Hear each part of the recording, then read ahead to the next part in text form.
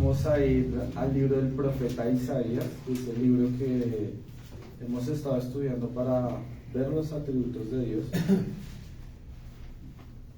Y vamos a ir al capítulo 46, versículos 10 y 11. Isaías 46, versículos 10 y versículo 11. Dice así la palabra del Señor. Recordemos que ese contexto es una fuerte reprensión contra Babilonia, y después en el cabo 47 va a venir un juicio sobre Babilonia. Vamos a leer lo que dice el Señor en el versículo 10 y 11. Vamos a leer desde el 9 para comprenderlo un poco mejor. Acordaos de las cosas pasadas desde los tiempos antiguos, porque yo soy Dios y no hay otro Dios, y nada hay semejante a mí, que anuncio lo por venir desde el principio, y desde la antigüedad lo que aún no era hecho, que digo, mi consejo permanecerá y haré todo lo que quiero, que llamó desde el oriente al ave y de tierra lejana al varón de mi consejo. Yo hablé y lo haré venir, lo he pensado y también lo haré. Oremos en esta mañana, mis amados hermanos, para que el Señor nos guíe a través de su palabra. Amado Señor, en esta mañana estamos delante tuyo, Señor, para ir en tus escrituras y la guianza del Espíritu Santo a un aprendizaje mejor, a un conocimiento mayor de ti mismo, Señor. Estamos estudiando plenamente teología y tus atributos, tus perfecciones. Ayúdanos a comprenderlas y sobre todo que esta comprensión nos permita tener una imagen cada vez más bíblica y correcta de ti, Señor, que esto impacte nuestras vidas al conocer tu grandeza, tu magnificencia, tu excelencia, tu deidad, tu amor para con nosotros. Que eliminemos todas aquellas ideas erróneas que tenemos acerca de ti, Señor, todas aquellas concepciones humanísticas con las que hemos sido enseñados, y que aprendamos ahora de lo que dice tu palabra. Gracias te doy en esta mañana por nuestros hermanos. Ayúdame y ayúdanos a estar muy concentrados y que este sermón sea de provecho y de edificación para esta iglesia. Gracias te doy, Señor. Amén y amén. Muy bien, mis amados hermanos, estamos viendo, recordemos, los atributos de Dios. Ya vimos el primer atributo, la singularidad de Dios. Estamos en el segundo atributo, que es el decreto de Dios. Hace 15 días vimos qué era el decreto de Dios y algunas características del decreto de Dios, que básicamente abarcaba todo, en tiempo y en espacio, ¿no? En el pasado, presente y futuro, y en todo el universo, incluso más allá de los confines que el hombre ha podido conocer, que su decreto no solo abarcaba lo amplio, sino también lo más específico, como dice la palabra. Hasta el número de nuestros cabellos se encuentran contados, y hasta la muerte de un gorrión se encuentra decretada en el decreto del Señor. Hoy vamos a ver la segunda parte.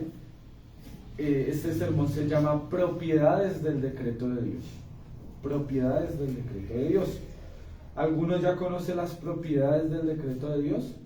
Si no las conocen, vamos a conocerlas a través de las Escrituras. Recordemos antes de iniciar que el decreto de Dios también es llamado, como lo vemos en el pasaje del día de hoy, mi consejo, mi voluntad, mi decreto. Todos son sinónimos y así indistintamente aparece. Miremos el versículo 10 nuevamente para ver que habla del decreto de Dios y lo llama consejo. Dice que anunció lo por venir desde el principio y desde la antigüedad lo que aún no era hecho, que dijo, mi consejo, o sea también mi decreto, permanecerá y haré todo lo que quiero. Cuando veamos esta palabra, la voluntad, el decreto, el consejo del Señor, está hablando de este decreto. Ahora, muy bien, mis amados hermanos, este sermón tiene 3 puntos. El primero, vamos a ver 4 propiedades del decreto de Dios. En el segundo vamos a ver unas conclusiones y finalizaremos con unas aplicaciones. Recordemos que hemos ido de lo general y vamos yendo a lo particular. Lo general era saber qué era el decreto, que era la manifestación de la voluntad de Dios respecto a todo lo que existe. cómo Dios lo ordenó, qué hizo, cómo lo ordenó, qué ordenó, cuándo lo ordenó, dónde lo ordenó. Y ya lo vimos, que todas nuestras vidas se encuentran decretadas. Por ejemplo, Él ya sabe quién va a ser el presidente de la República hoy. Nosotros no lo sabemos, tenemos expectativa, hemos visto encuestas, hemos visto previsiones, pero para Él esto no es nada oculto. Él ya lo decretó desde antes de la fundación del mundo. Él conoce quién va a ser el presidente de nuestra República y lo conoce todo. Él sabe cuándo habremos de pecar, cuándo habremos de arrepentirnos, cuándo habremos de morir, cuándo nuestros hijos habrán de nacer, etcétera, etcétera, etcétera. Por lo tanto, mis amados hermanos, es bueno conocer algunas propiedades o características que tiene el decreto de Dios. Y es que este decreto, mis amados hermanos, revela también el carácter de aquel que ha decretado, como lo veíamos hace 8 días. El decreto de Dios es santo, por ejemplo, porque Dios es santo. El decreto de Dios, vamos a ver, es eterno porque Dios también lo es. El decreto refleja, su voluntad refleja sus propias perfecciones, sus propias características. Por lo tanto, vamos a ver estos decretos y les pido que tengan abierta su Biblia porque vamos a acudir a varios pasajes, entre ellos el que ya hemos leído, Isaías 46, vamos a leerlo nuevamente desde el 9 hasta el 11, porque vamos a ver que ese decreto y esas características le son propias y exclusivas a él. Recordemos que dentro de esas categorías que vimos de introducción a los atributos, vimos que eran atributos que eran incomunicables, es decir, que solo Dios tiene, que a nadie le transmitió, que a nadie le dio, sino que Él solamente tiene. Y mire que esto se remarca en el versículo 9 que hoy leemos. Acordaos de las cosas pasadas desde los tiempos antiguos, porque yo soy Dios y no hay otro Dios, ni nada semejante, ni nada hay semejante a mí. Esto solo pertenece a Dios, que anuncio lo por venir desde el principio y desde la antigüedad, lo que aún no era hecho, que digo, mi consejo permanecerá y haré todo lo que quiero, que llamo desde el oriente al ave y de tierra lejana al varón de mi consejo. Yo hablé y lo haré venir, lo he pensado y también lo haré. Acá vemos precisamente que estamos en un atributo incomunicable, es decir, nosotros no podemos decretar y alterar la realidad o nuestras propias vidas a través de nuestros decretos, porque como estamos viendo, Él hará lo que Él quiere, no lo que nosotros queremos. Veamos que Él dice que no hay nada semejante a Él, no hay nada que se compare a Él, y no solo eso, que Él lo decreta y así lo hará, que Él lo piensa y así sucederá. Entonces, ¿esto por qué, hermanos? Por supuesto, porque en las iglesias de hoy en día se nos ha enseñado a decretar, es decir, a alterar de alguna manera el decreto perfecto que Dios desde la antigüedad y desde antes de la fundación del mundo dio para que todo se estableciera de una manera precisa. Entonces lo que nos enseñan es que nosotros decretamos y alteramos el decreto de Dios, o alteramos la voluntad de Dios respecto a lo que Él ya ha decretado. Entonces si yo digo en esta mañana, no, es que yo decreto que ahorita va a salir el sol y a las 2 va a llover y a las 5 de la tarde va a caer granizo, entonces eso va a alterar el decreto de Dios y va a suceder como yo lo digo. Yo decreto que voy a tener una camioneta, yo decreto que mis hermanos van a viajar a Europa, yo decreto que mis hermanas van a ser millonarias. Entonces se enseña que nuestra voluntad puede estar por encima de la voluntad de Dios y que nuestro decreto puede estar encima del decreto de Dios. Y como vemos, Dios es bastante poderoso y aún celoso en que lo que se cumplirá es lo que Él ha determinado en su voluntad que se cumpla, no lo que nosotros queramos. Entonces vamos a ver esas propiedades y vamos a entrar al primer punto para ver estas características o propiedades del decreto de Dios. Primera propiedad, mis amados hermanos, es que el decreto de Dios es un decreto libre. Y le invito a que me acompañe al Salmo 115, Salmos 115, versículo 3. En este pasaje que leímos en Isaías ya lo vimos un poco, pero acá lo veremos también. Salmos 115, versículo 3, que se titula Dios y los ídolos. ¿Ya lo tenemos, hermanos? Sí, señor. Veamos lo que dice la palabra del Señor. Nuestro Dios está en los cielos. Todo lo que quiso ha hecho. Ese es el énfasis. Todo lo que quiso ha hecho. Que concuerda con lo que leímos en Isaías. Yo haré lo que quiera. Yo haré lo que he determinado. El decreto del Señor es libre, es espontáneo, es el afecto puro de su voluntad, como dice el libro de los Efesios. ¿Qué quiere decir ese libre? Que no hay nadie ni nada que le obligue o le coaccione a hacer algo o a decretar algo que él mismo no desea hacer. Él es completamente libre. Nosotros no podemos decir es que yo le puedo atar las manos a Dios, es que yo puedo cambiar la voluntad de Dios, es que yo puedo alterar el plan de Dios, porque no es así. Por eso cuando veíamos al principio y veíamos que nosotros somos comparados en la Biblia como nada, como langostas y como polvo de la tierra en el libro de Isaías, frente a un Dios que lo ha determinado todo, veíamos que nosotros no tenemos capacidad alguna para coaccionar, ni para chantajear, ni para manipular a Dios, sino que el decreto que Él hizo en la eternidad, hermanos, es libre y nadie puede influir ni positiva ni negativamente sobre Dios. Él hace lo que Él desea. Él hace lo que Él desea.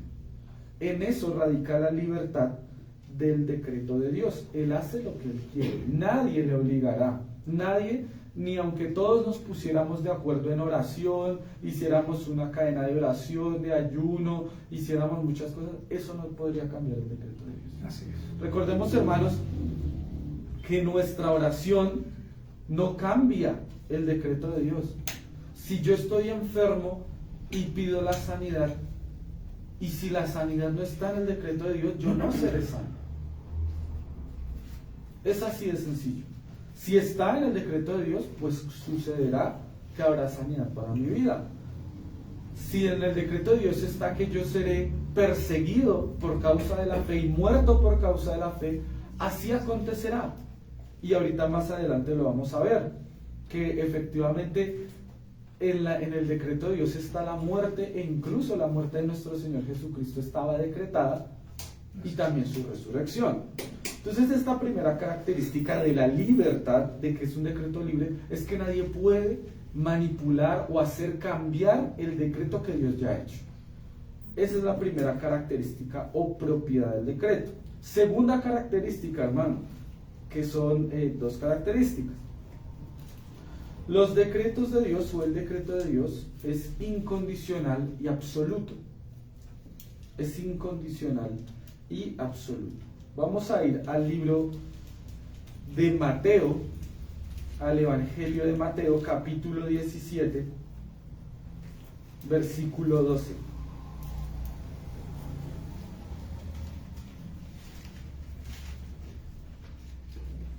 Mateo 17, 12. Y veamos, el contexto es la transfiguración de nuestro Señor Jesucristo. Y veamos lo que dice. Mas os digo que Elías ya vino y no le conocieron, sino que hicieron con él todo lo que quisieron. Así también el Hijo del Hombre padecerá de ellos. Acá donde está la parte pues del decreto, que el propio Señor Jesucristo sabía que había de padecer, así como había padecido Juan el Bautista, que era el segundo Elías que había de venir. Él había de padecer, y efectivamente vemos que él acá dice que va a padecer, y capítulos más adelante efectivamente él padeció. Es decir, su decreto se cumple incondicional e inalterablemente. ¿Qué quiere decir que es incondicional o inalterable? Que no depende de ninguna condición. ¿Qué es una condición? Un hecho futuro e incierto que depende de la voluntad de alguien más. Entonces, por ejemplo, una condición es: yo le voy a dar este celular al hermano Alejandro, pero si el hermano Alejandro se porta bien. Si el hermano Alejandro no se porta bien, pues yo no le doy esto. El decreto de Dios no está sujeto a las condiciones de nosotros, no está sujeto a nuestras voluntades y no está sujeto a que acontezca alguna cosa. Entonces, no, Dios sabe quién será el presidente, pero si la gente vota mal, Él ya no lo sabe. No, Él lo sabe todo. Él no depende de nuestras voluntades ni de las condiciones que puedan darse o suceder. Dios ha decretado que sucederán las cosas y cumplidamente así será. Así sucederá. Él conoce todas las suposiciones y todas las cosas que suceden porque Dios las ha decretado así. Es decir, y en esto quiero que me pongan atención, hay muchos que dicen es que Dios sabía que las cosas iban a ser así y por eso lo decretó. No, las cosas son así porque Él las decretó de esa manera. No es que Él sabía que hoy iba a llover, entonces por eso decretó que hoy lloviera, sino que hoy llueve porque Él decretó que lloviera. Así es. Parece un poco confuso, pero es muy diferente una cosa de la otra. ¿Por qué? Porque cuando lo llevamos y cuando vayamos a ver específicamente la predestinación y la salvación, eso tiene mucha relevancia, porque muchos enseñan lo siguiente: es que Dios sabía quiénes iban a creer en Él y por eso Él decretó que creyeran. No, Él decretó quiénes iban a creer y esos que Él decretó creyeron y creerán.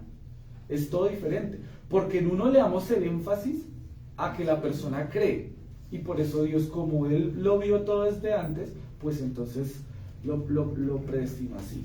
Por el contrario, es la voluntad activa de Dios la que ha determinado cómo van a suceder las cosas. Esto es importante también cuando decimos que Él conoce todas las suposiciones. Nosotros nos encanta hacer suposiciones como seres humanos. Bueno, ¿qué habría pasado si tal cosa? ¿Sí? ¿Qué habría pasado si, por ejemplo, el hombre hubiera habitado con los dinosaurios? ¿Qué habría pasado si yo hubiera nacido en la Edad Media? ¿Qué habría pasado si yo hubiera nacido en una familia rica? ¿Qué habría pasado si yo hubiera nacido en Europa? ¿Qué habría pasado si en lugar del presidente X hubiera quedado el presidente Y? ¿Qué habría pasado si en lugar de que yo hubiera nacido en esta familia, hubiera nacido en la otra familia? ¿Qué habría pasado si mi esposo no hubiera sido él, si no hubiera sido otro señor que yo tenía por ahí en la mira? Entonces, el Señor sabe todas las suposiciones, pero lo que Él ha decretado se cumple de manera precisa. Él conoce todo lo que hubiera podido pasar, pero lo que pasa es lo que Él decretó. Él lo conoce todo. Entonces, es muy importante esto, hermanos, porque Dios no depende de la voluntad de nadie, y su decreto tampoco depende de la voluntad o del cumplimiento de condiciones de nosotros. Y son absolutos porque, como lo veíamos, y les invito a que me acompañen a el libro de los Romanos, capítulo 10, versículos 34 y 35.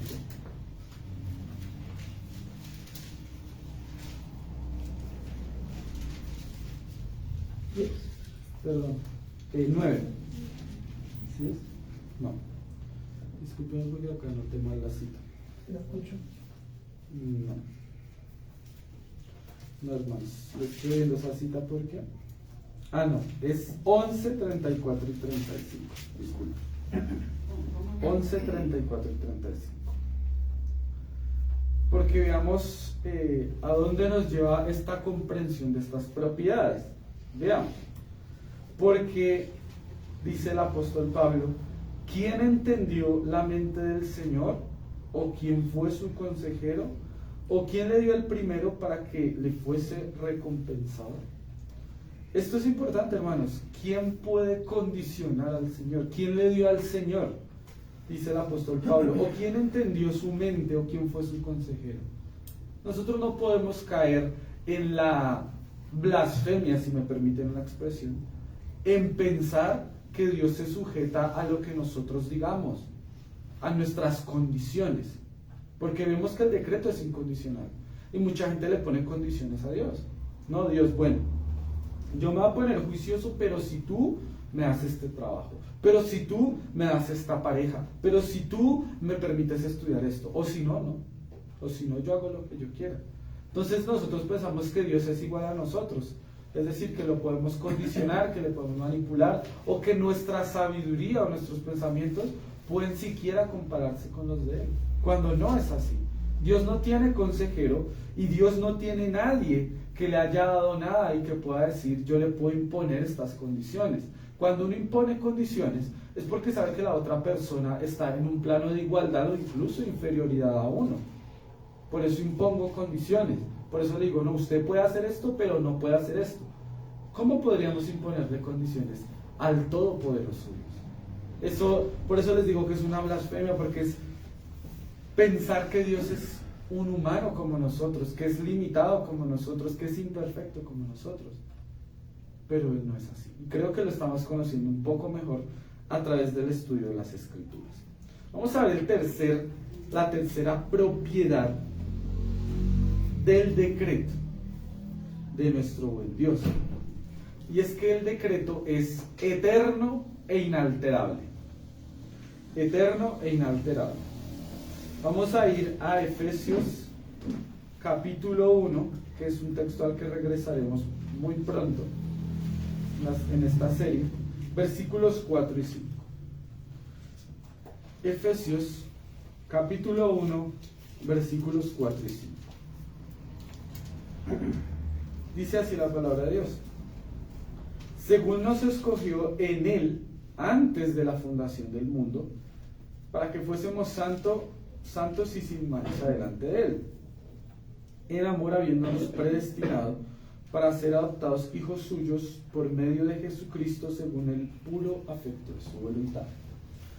La parte que nos compete hoy, porque volveremos a esto, es cuando Él nos llamó a la santidad y nos escogió desde antes de la fundación del mundo. Es decir, desde la eternidad. Como veamos al principio de la singularidad de Dios, Dios existe antes de que el espacio y el tiempo fueran creados, antes de que estas dimensiones fueran establecidas. Él las creó, de hecho. Entonces, sobre Él no hay limitaciones ni de tiempo ni de espacio. Nosotros sí las tenemos. Nosotros podemos estar solamente aquí y ahora. No podemos decir, no, es que yo estoy aquí, pero en este justo momento estoy en la playa en Cartagena y estoy en la Torre Eiffel. No, estamos aquí y ahora. No podemos estar en ningún otro lugar, sino en uno solo, en una sola fracción de tiempo. Diferente a Dios, que puede estar en todo lugar. Y en esa eternidad, cuando Dios estaba solo, cuando Dios aún todavía no había creado el mundo, Él estableció el decreto. Es un decreto de carácter eterno, pero no quiere decir que es eterno solo porque lo dio desde la eternidad, sino porque la vocación de ese decreto es para que regule todo a través del tiempo, que permanezca a través del tiempo y que se cumpla a través de todo el tiempo. Y la segunda es que sea invariable. Esto también, como les decía, refleja un atributo de Dios, que es la inmutabilidad de Dios.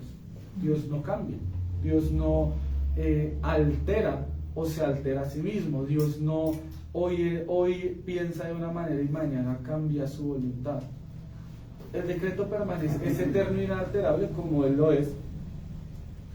Y este acontecimiento, mis amados hermanos, quiere decir o nos da algunas implicaciones. Es que para Dios no existen ni sorpresas ni imprevistos. O sea, para Dios no existe algo que lo haya cogido fuera de base, como decimos.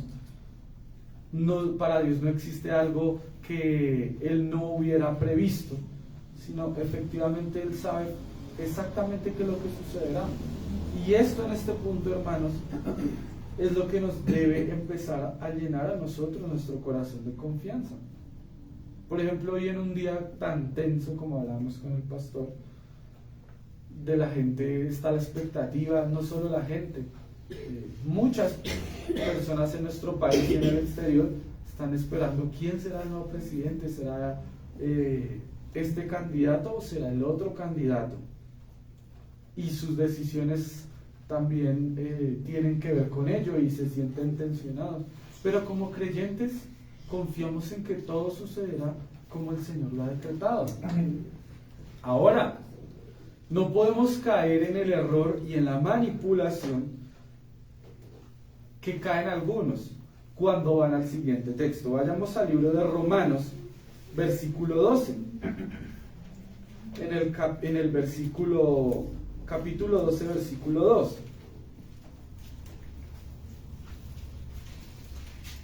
Y vamos a ver cuál es esa manipulación que se enseña respecto al decreto de Dios, en la que no podemos caer, hermano. Romanos 12:2. No os conforméis a este siglo, sino transformaos por medio de la renovación de vuestro entendimiento, para que comprobéis cuál sea la buena voluntad de Dios, agradable y perfecta. Recordemos que donde dice voluntad, también podemos decir el decreto de Dios. Entonces la gente cae en la siguiente manipulación. ¿Cuál es la manipulación? La palabra de Dios dice que la voluntad de Dios es buena, agradable y perfecta. Por lo tanto, a nosotros todo lo que nos corresponde es igual. El bueno es agradable y es perfecto. Entonces, claro, uno diría, sí, eso suena bien. O sea, a mí me va a ir todo bien en la vida. Bueno, agradable y perfecto es que todo me va a ir bien. Voy a tener abundancia, voy a tener riqueza, voy a tener salud. Y la gente, pues eso le parece maravilloso y hasta les da confianza. Pero no es así, hermanos. La voluntad de Dios sí es buena, agradable y perfecta. Pero, eso no quiere decir que nuestra vida va a ser un jardín de rosas. Eso no quiere decir que estamos exentos del sufrimiento. Eso no quiere decir que no habremos de padecer, que no habremos de enfermar, que no habremos de empobrecer, que no habremos de llorar y sufrir en esta vida. Es más, la palabra de Dios nos anuncia que sufriremos, que es bueno que padezcamos. Y no solo eso, si vamos a la vida de los apóstoles, su vida no fue un jardín de rosas. Murieron por causa de Cristo, perseguidos, latigados, crucificados, humillados, excluidos. Entonces, no podemos confundir el materialismo que se ha metido en las iglesias en decir que Dios a ti todo te lo va a poner en bandeja de plata y cuando tú vengas a Cristo todo va a ser perfecto, va a ser como un cuento de hadas, porque no es así. Porque la buena voluntad de Dios sí es buena, pero eso no quiere decir que tú no vayas a sufrir. Porque en el sufrimiento se cumple el decreto de Dios. Porque en la enfermedad se cumple el decreto de Dios. Porque en la pobreza se cumple el decreto de Dios. Porque en la muerte se cumple el decreto de Dios. Así es. Entonces nosotros no podemos caer en ese error respecto al decreto. Y por eso nació esa doctrina incorrecta de los decretos. Porque cuando vimos que estamos abocados al sufrimiento, cuando vimos que tenemos problemas familiares, pobreza, deuda, entonces no, decretemos para alterar eso que Dios ya decretó, como si Dios se estuviera equivocando. Así que, hermanos, tengamos en cuenta una cosa. Este decreto de Dios, que es eterno y que es inalterable, es bueno, pero no significa que es bueno en el concepto que usted y yo tenemos de bondad. Nuestro concepto de bondad es muy mundano, es muy carnal, es muy humanista. Y ese no es el concepto de Dios. Para nosotros nuestro concepto sería lo que les digo, vivir hasta ancianos con mucho dinero, libre de enfermedades, con muchas propiedades, con gloria de este mundo. Pero si nuestro propio Señor Jesucristo no vivió así, ¿qué esperamos nosotros vivir? Si nuestro Señor no tuvo grandes propiedades y Él es dueño de todo, porque todo lo creó, porque este también es su decreto.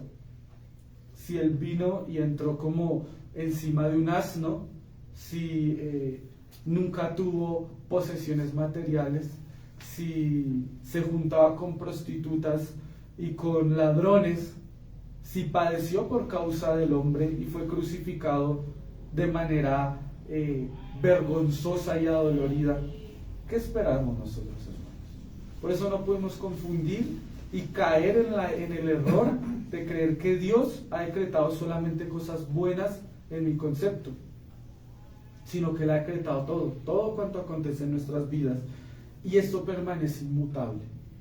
Esto permanece inmutable, hermanos. Cuarta característica del decreto. Al principio yo veía muchas sonrisas y ahora ya no se están viendo tantas. Es que los decretos de Dios son sabios. son sabios. Y estamos en Romanos 11 y vamos a ir un versículo atrás, al 33. Romanos 11, 33. Veamos lo que exclama Pablo después de entender y darle a entender a la iglesia de Roma, en los versículos 9, 10 y 11, que el verdadero pueblo de Dios no era Israel, sino los que creían en Cristo, tanto judíos como gentiles, y que todo ese conocimiento que había tenido Israel, que solo por ser judío, hijo de Abraham, iban a ser salvos, no era así, sino todo aquel que creyera en la roca, todo aquel que creyera en el Cristo, ese es el verdadero pueblo. Todos los hijos de la promesa en la fe, esos sí eran el verdadero pueblo. Es decir, que rompía todo el paradigma de 5.000 años de judaísmo. Mire lo que dice Pablo, versículo 33. Oh profundidad de las riquezas, de la sabiduría y de la ciencia de Dios. Cuán insondables son sus juicios e inescrutables son sus caminos. Él lo alaba por la sabiduría de sus riquezas y de su ciencia. Y allí vemos también el decreto, en donde, cuando habla de sus juicios, cuando habla de sus caminos, porque el Señor ha determinado, por supuesto, el camino de todos y cada uno de nosotros.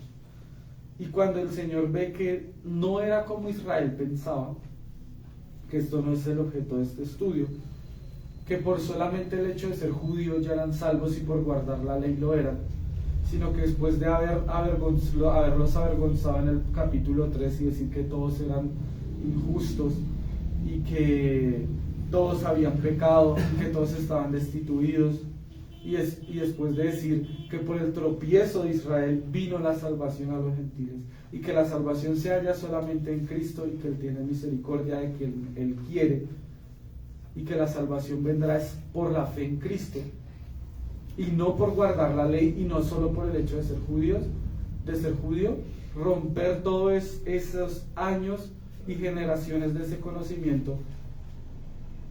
Pablo dice, qué grande es esto. No era como yo pensaba, no era como los judíos pensaban, no era como nuestros padres pensaban que era. Es como el Señor ha determinado las cosas. Y solo le queda alabar a Dios. Oh profundidad de las riquezas, de la sabiduría y de la ciencia de Dios. Sus decretos son sabios, sus caminos, sus juicios son sabios.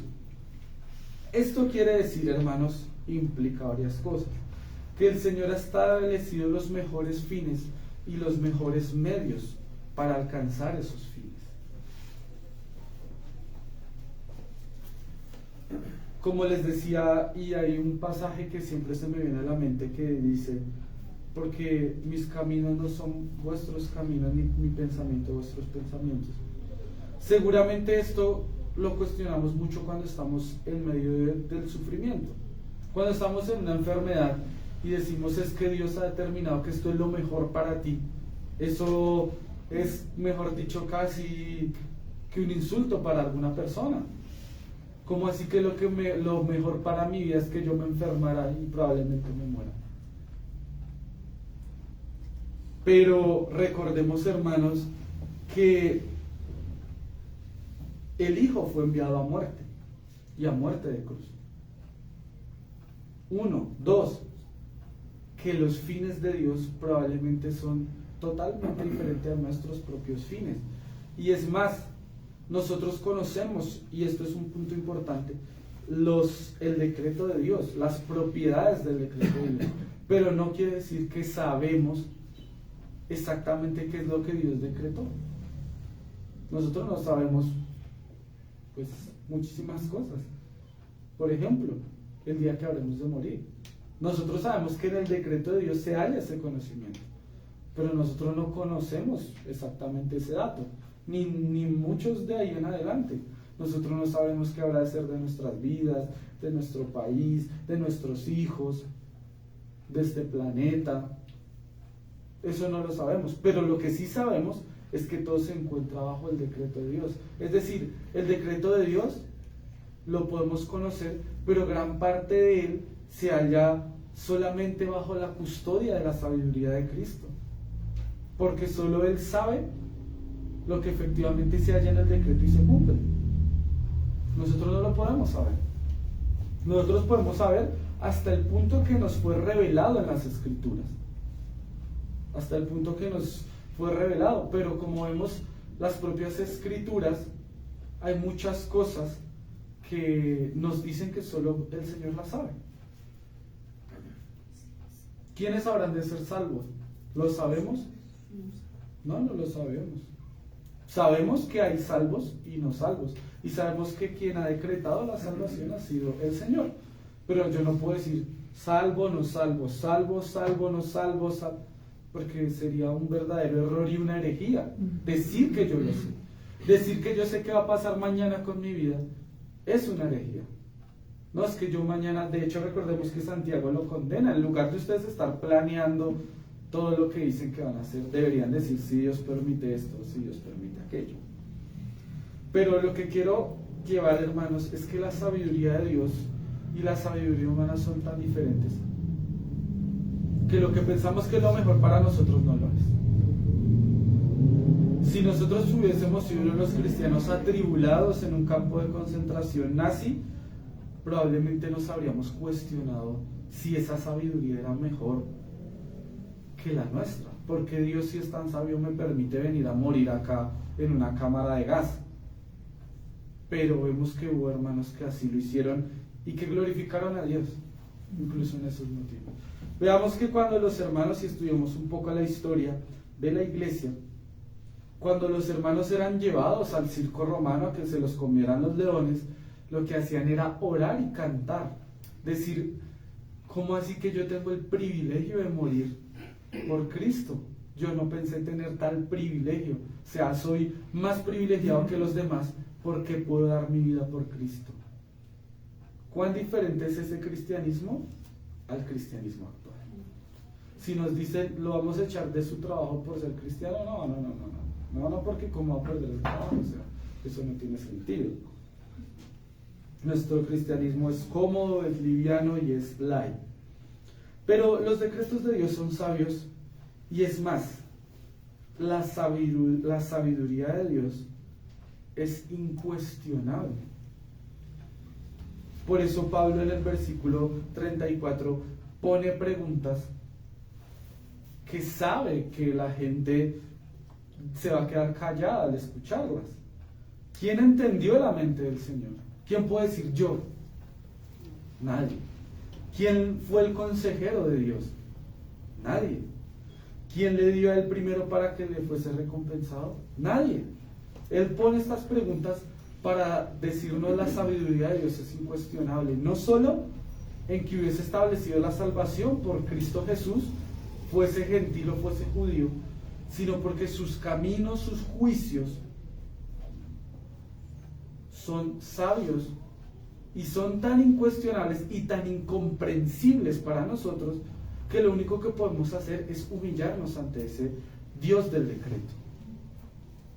Porque si tratamos de contender con Dios, Pablo nos hace esas preguntas, porque él sabía que los judíos probablemente harían esa pregunta, como así que lo que llevamos 2000 años creyendo en la ley, en Moisés, en los profetas, no es así. Y Pablo dice, usted fue consejero del Señor, y recordemos que acá cita a Isaías, esto no lo dice Pablo, sino cita al profeta Isaías. ¿Usted fue consejero del Señor? ¿O usted puede decir que usted sabe más que Dios? ¿Usted puede tener un mejor propósito que el que ha determinado él? Nadie lo puede tener. Entonces, la sabiduría de Dios es más alta que cualquier pensamiento, que cualquier obra o que cualquier esfuerzo humano. Si nos reuniéramos los hombres más sabios de la iglesia o del mundo para tratar de establecer los mejores fines para la humanidad, eso no sería nada en comparación de la sabiduría de Dios. Ni los más sabios de este mundo pueden llegar a la sabiduría de Dios. Por eso es importante siempre recordar que somos como langostas, que somos como arena, que somos como nada. Que si somos algo es porque Dios lo decretó y así lo estableció. Que si usted está acá hoy es porque Dios lo decretó de esa manera. Amén. Porque si no fuese así estaríamos en otro lugar. Por lo tanto, esta es la cuarta y última característica, entendiendo, hermanos, una cosa sobre las propiedades del decreto de Dios. Y es que usted puede extraer muchas más en las Escrituras. Por supuesto, todas las que glorifican a Dios. Por ejemplo, la santidad de su decreto refleja a Dios. Pero no vamos a hacerlas todas porque... ¿Por qué? No vamos a verlos todos. ¿Por qué? Porque como vamos a ver todos los atributos, muchos de esos atributos se predican también de su decreto.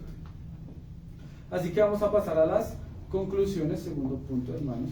Hay 3 conclusiones en esta mañana. La primera conclusión es que el decreto de Dios posee propiedades o características precisas que nos permiten conocerlo mejor a Él. Cuando estudiamos más y más los atributos, las perfecciones de Dios, más le vamos conociendo, más vamos conociendo a Dios. Nos vamos deshaciendo de ideas incorrectas. Lo segundo es que los decretos de Dios son un fundamento de confianza para el creyente, pues nos permite comprender que todo obra con un propósito específico dentro del decreto de Dios. Nada se encuentra a la deriva, no hay nada al azar. Esto es totalmente contrario a lo que enseña el ateísmo o la teoría de la evolución, ¿no? La teoría de la evolución enseña que una vez en una charca se unieron unos químicos, unos átomos y dieron a una bacteria, y la bacteria después le salieron paticas, y las paticas salieron del agua y se volvieron una rana, después un mono y después llegamos aquí nosotros. ¿Eso qué quiere decir? Que somos frutos de un accidente, que estamos acá es como por la suerte, por el azar. Y pues cuando uno está acá por accidente, pues no tiene un propósito definido. Pues si estoy acá es como de arepa, decimos en Colombia, pues no hay nada hacia lo que estemos caminando, sino a lo que el propio azar determine. Pero en contraposición al diseño inteligente de Dios, hay un propósito. Y todo apunta a un propósito. ¿Y cuál es ese propósito? Es la gloria de Dios y Dios mismo. Todo apunta hacia Él. Todo su decreto apunta a Él mismo. Y a que toda su creación dé gloria a Él. De gloria a Él. Y eso lo vamos a ver en 8 días. Que cuando Él eligió para salvación, para predestinación de salvación, fue para que le glorificáramos. Pero aún los que no creen en Él, también llegará el día, como dice Filipenses, en que caerán de rodillas frente al nombre de Cristo. Todo es para su gloria. Y esto nos permite descansar. ¿Será que queda uno? ¿Será que queda otro presidente? Sea el que sea, Cristo estará con su iglesia. Amén. Cristo estará con nosotros. Y Dios dio buenos presidentes, y Dios dará presidentes de juicio para una nación. Porque dio buenos reyes a Israel, pero la gran mayoría de reyes fueron reyes de juicio, de pecado, de muerte y de persecución. Nunca lo olvidemos. Porque David y Salomón fueron buenos, pero todos sus hijos y nietos, casi todos fueron malos, muy malos, hasta el punto que Dios los llevó al destierro en Babilonia, a la esclavitud. Entonces, claro, uno es como, uy, ¿cómo así? Como yo decía, Cristo puso a Maduro, puso a Uribe, puso a Stalin, a Hitler, a Mussolini, a Franco, y pondrá a nuestro nuevo presidente. ¿Que es para bien o es para juicio? Él lo sabe. Y para ambas sabemos que Cristo nunca abandonará a su iglesia y nunca abandonará a sus hijos. Amén. El tercero es que la tercera conclusión es que las propiedades de los decretos de Dios se hallan reveladas de manera gloriosa únicamente en las Escrituras, únicamente en la palabra. ¿Cómo podemos conocer a Dios? Solamente a través de su palabra. Amén. Así es. No podemos decir, es que yo esta mañana vi un pajarito sobre una rama y allí vi la eternidad del decreto de Dios, porque ¿cómo uno podría llegar a tal conclusión?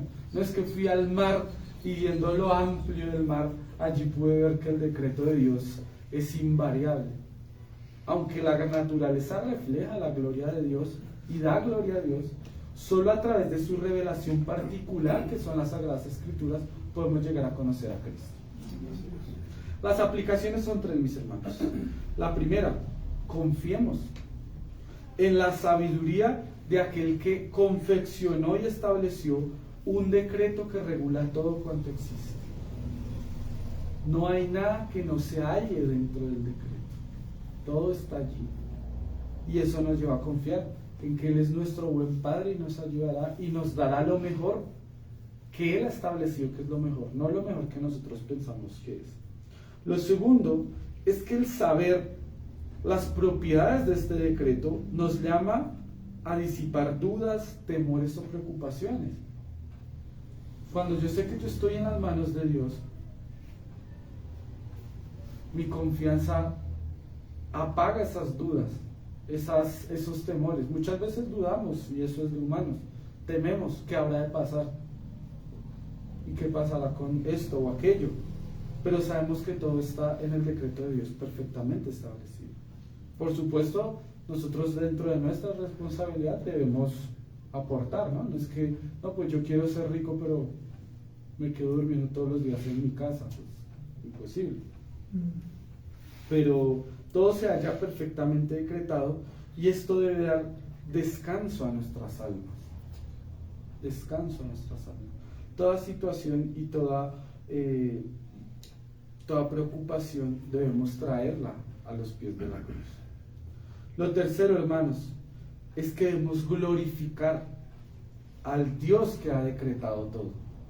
Por su sabiduría, como hizo Pablo. ¡Oh, cuán grandes e insondables son sus riquezas! Que estableció todo con un fin específico y es su propia gloria. Y que no ha dejado nada librado al azar, sino que todo es para Él. Recordemos y lo veremos, porque por Él y para Él son todas las cosas que han sido creadas. Es para Él, no para nosotros, no para la creación, no para los planetas, las constelaciones, no para las cosas que no podemos ver, es para Él. Todo es para Él. Todo esto se trata de Él, porque ¿de quién más podría tratarse? Pongámonos en pie en esta mañana, mis amados hermanos, y vamos a orar, y si hay preguntas las resolveremos, y si no, pues glorificaremos al Señor como siempre lo hemos hecho en nuestros cultos. Oremos en esta mañana, mis amados hermanos, al Dios que todo lo ha decretado. Amado Señor, yo te doy gracias. ¿Cómo te fijaste en nosotros siendo tan imperfectos, Señor? Solo puedo agradecerte por ello. Sabiendo cuán pecadores éramos, y aún así nos amaste. Y aún así decidiste crear todo lo que conocemos y lo que no. Señor, gracias porque tú eres sabio y tu sabiduría se halla contenida en las Escrituras y en tu obra, Señor. Y la podemos conocer, aquellos que nos acercamos con humildad y con un espíritu de aprendizaje a las Escrituras, podemos aprender de tu sabiduría. Aquellos que dejamos atrás el conocimiento que el mundo nos dio y que era incorrecto. Gracias te doy por mis hermanos, porque nos tienes acá por tu voluntad. Gracias porque si no fuera por ti, ¿dónde estaríamos, Señor? Muertos, desdichados, en depresión y sobre todo caminando hacia la condenación. Si no caminamos hacia Él es por ti, oh Cristo, por tu obra magnífica en la cruz del Calvario, porque allí sufriste con dolor y con ira, Señor, del Padre. Llevaste nuestros pecados en tus hombros, para que nosotros fuésemos hechos libres de toda culpa y de todo castigo, Señor. Gracias por decretar nuestras vidas, porque tenemos familias maravillosas, porque tenemos las Escrituras, porque no vivimos cosas difíciles, Señor, que queremos no vivirlas, pero, Señor, ayúdanos a que si un día tenemos que vivirlas, estar preparados, no ser cristianos mediocres ni afeminados, sino como dice la primera carta a los Corintios, portándonos varonilmente frente a toda circunstancia que venga, Señor. Mi país Colombia está delante de ti hoy, Señor, y tú eres quien quita y quien pone reyes, Señor. Tu palabra nos enseña que tú has puesto toda autoridad y sabemos que quien será nuestro nuevo presidente, tú lo conoces, Señor. Lo que te rogamos por él, sea Rodolfo Hernández o Gustavo Petro, es que lo ayudes, Señor. Porque guiar los destinos de una nación no son fáciles, Señor. Es muy difícil. Ayúdalo, sea quien sea el candidato de nuestra afinidad política o no, Señor. Nosotros queremos vivir en un país donde podamos predicar, donde podamos trabajar, donde podamos estudiar la palabra, donde podamos tener libertades, Señor. Pero si nos hallásemos ante una dictadura, aún así, ayúdanos a glorificar tu nombre. Yo te pido por mis hermanos que en este momento viven bajo presión su fe, en los países musulmanes, Señor, donde no se pueden congregar, donde no pueden leer la Biblia, donde no pueden ni siquiera comprarla. Yo te pido por aquellos hermanos que sus iglesias son dinamitadas en Nigeria, que son incendiados por causa del Señor, Padre Santo, en Sudán, Señor, en Arabia, en Pakistán y en Afganistán, Señor, en la India, en China, en Corea del Norte, Cristo Jesús, en Cuba y aún en las selvas de nuestro país donde hace presencia los grupos guerrilleros. Todo esto está bajo tu control, Señor, y vemos que tu decreto lo abarca todo y tú harás justicia respecto a buenos y a malos, Señor, pero a los que somos creyentes nos has dado misericordia inmerecida. Ayúdanos a que el día de hoy, cuando vayamos a las urnas, lo hagamos con conciencia limpia, lo hagamos, Padre Santo, habiendo analizado a estos dos hombres imperfectos y completamente defectuosos, Señor, pero que tú has determinado que pasaran a esta segunda vuelta, Señor, y has determinado que uno de ellos rija los destinos de la nación, Señor. Tú pusiste a Nerón para que persiguiera a Pablo, Señor. Tú pusiste a Domiciano para que persiguiera a Juan, y tú pusiste a Calígula, Señor, y a Adriano para que persiguiera a la iglesia del Nuevo Testamento. Cuánto más habremos de padecer nosotros por tu causa. Ayúdanos a ser dignos de sufrir por ti, Señor, de padecer por ti, porque tu palabra nos enseña que debemos estar prestos para ello.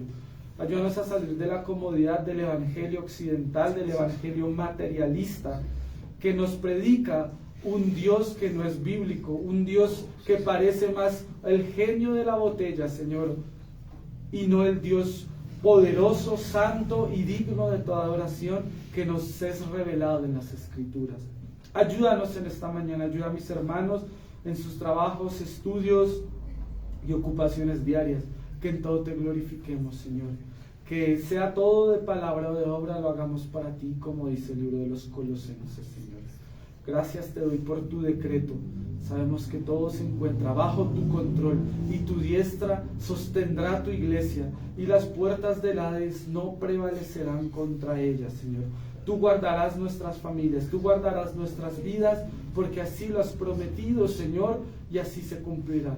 Que aún en nuestra muerte se cumplirá tu decreto, y si así llegaré a ser, que podamos verte en la gloria y estar en la eternidad contigo, Cristo Jesús. Ven pronto, Señor, ven pronto por tu iglesia, ven pronto por nosotros. Ayúdanos a ser santificados y librarnos del pecado y de la maldad que nuestra carne nos inflige cada día, Señor.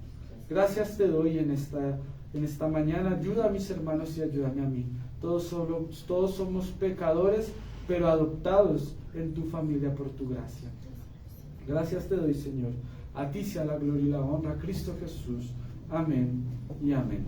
Muy bien, nos despedimos de los hermanos que se encuentran en Facebook. Les enviamos un abrazo.